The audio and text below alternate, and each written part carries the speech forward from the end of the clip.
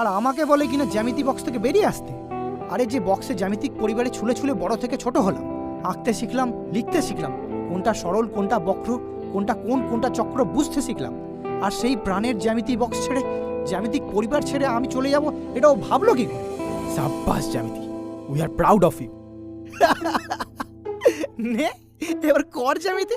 ওই এক বোরিং কাজ, কোনো কালার নেই। জ্যামিতি বক্স থেকে বেরিয়ে আসার সময় ইরেজার আর শার্পনারটাও আমার সাথে আসতে চাইলো, তাই ওদেরও নিয়ে এলাম। আর জানোই তো ডার্লিং, ওরা আমার বন্ধু, যেখানেই যাই একসাথেই যাই, তাই ওদের ছাড়া তো আর চলবে না। আচ্ছা বল, ইচ্ছে করছে তিনটেকেই সরল রেখায় চাপকে দিয়ে আসি। আর পেন্সিলটা যে এত বড় দুমুখ বেরোবে 1 মিলিমিটারও ভাবতে পারিনি। আমি তো আগে থেকেই গোল করে বলেছিলাম ও দুদিক দিয়েই আঁকতে পারে, তেমনি দিলেও দাগ কেটে। তাহলে এখন আমাদের জ্যামিতি বক্সের কি হবে? জানি না, হয়তো আর আমরা কখনো জ্যামিতি করতে পারবো না। ধুর, কি সুন্দর পেন্সিলকে ঘাড় ধরে ঘোরাতাম, আর কিচ্ছু হবে না।